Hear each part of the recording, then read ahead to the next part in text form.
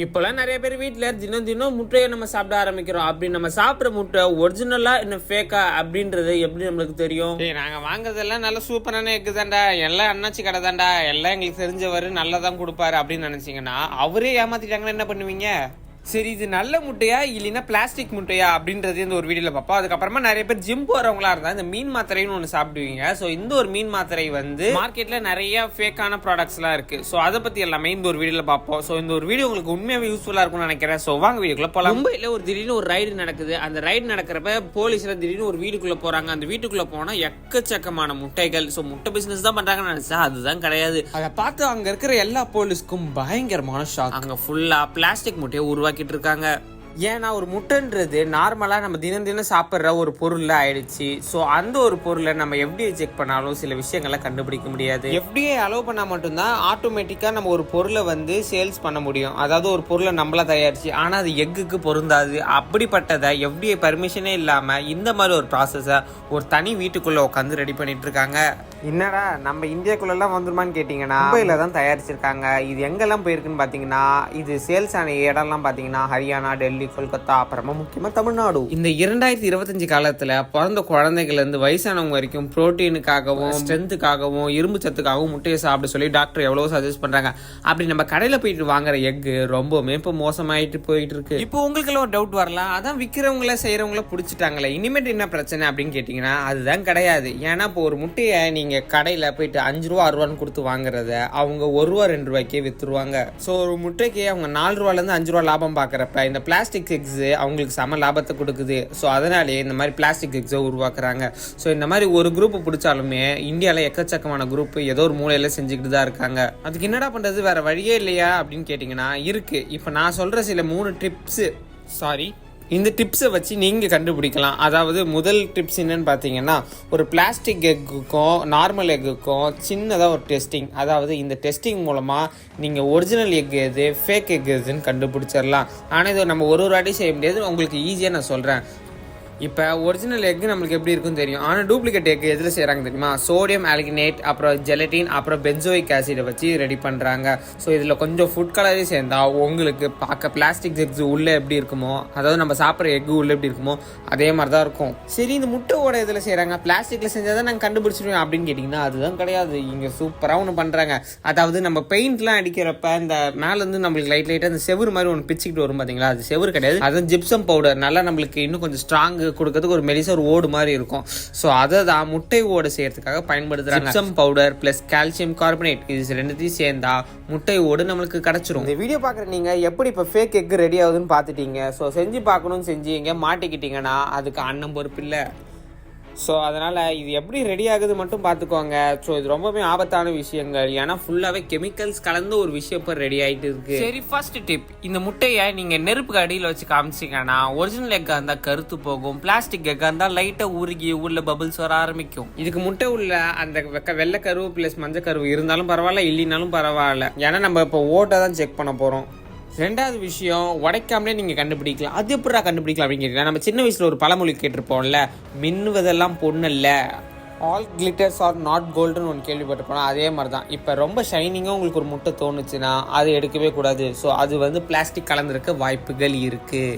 நீங்களே flash light எடுத்துகிட்டு முட்டைக்கிட்ட அப்படியே போய் பாருங்கள். ரொம்ப ஷைனிங்காக இருந்துச்சா அது பிளாஸ்டிக் முட்டை, ஷைனிங் இல்லாமல் கொஞ்சம் ரஃப் சர்ஃபேஸாக இருந்தால் அது ஒரிஜினலு.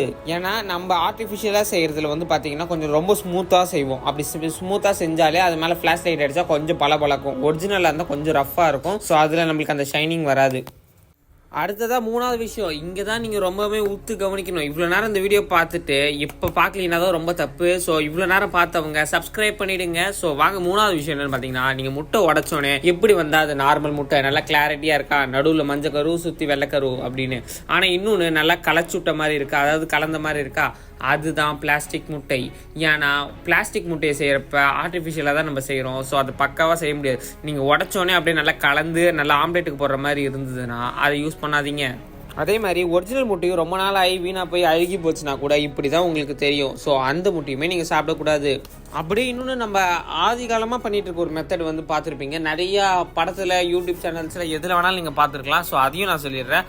அதாவது ஒரு முட்டையை நீங்கள் வாங்கிட்டு அது ஒரு சின்ன ஒரு டம்ளரில் தண்ணி எடுத்துக்கோங்க, அதில் அப்படியே போட்டு பாருங்கள். நல்லா இப்படி மிதந்துச்சுன்னா அது ஃபேக்கான முட்டை. போட்டோன்னே அப்படியே உள்ளே போயிடுச்சுன்னா அது புது முட்டை.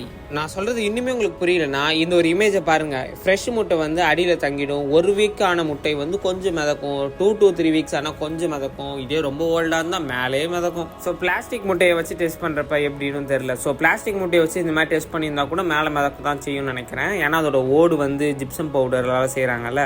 ஸோ அதனால தான். ஸோ ஒரிஜினல் எக்லேயே பழைய முட்டை ஆனாலும் இப்படி தான். ரீசெண்டாக லக்னோ அலம்பாக்ல இந்த மாதிரியான முட்டை ஃபேக்காக செஞ்சு சில பேர் மாட்டினாங்க. அவங்கள பிடிச்சி ஜெயிலையும் போட்டாங்க.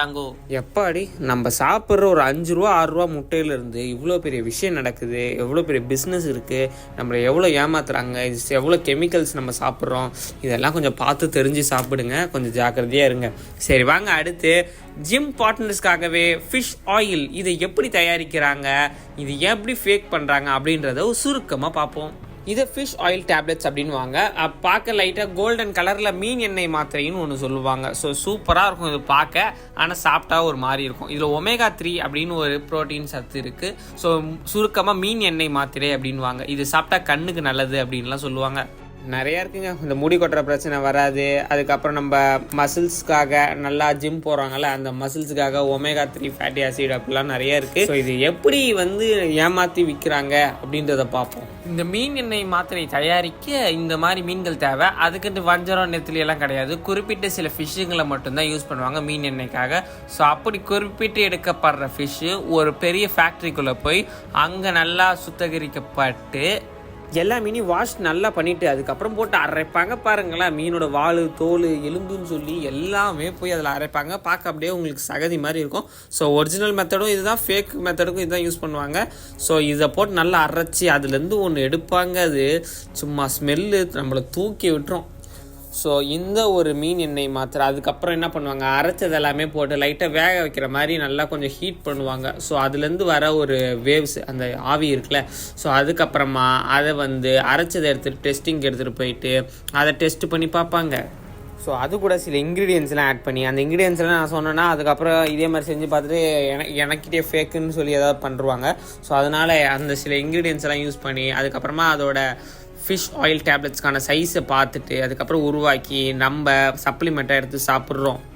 இதே ஃபேக்குனா ஒன்றும் இல்லைங்க. எந்த மீனில் வேணாலும் தயாரிப்பாங்க. டேஸ்ட்டே இருக்காது, ஸ்மெல்லும் இருக்காது, பார்க்கவே வேறு மாதிரி இருக்கும். நீங்கள் ரெகுலராக சாப்பிட்ற மாதிரியே இருக்காது.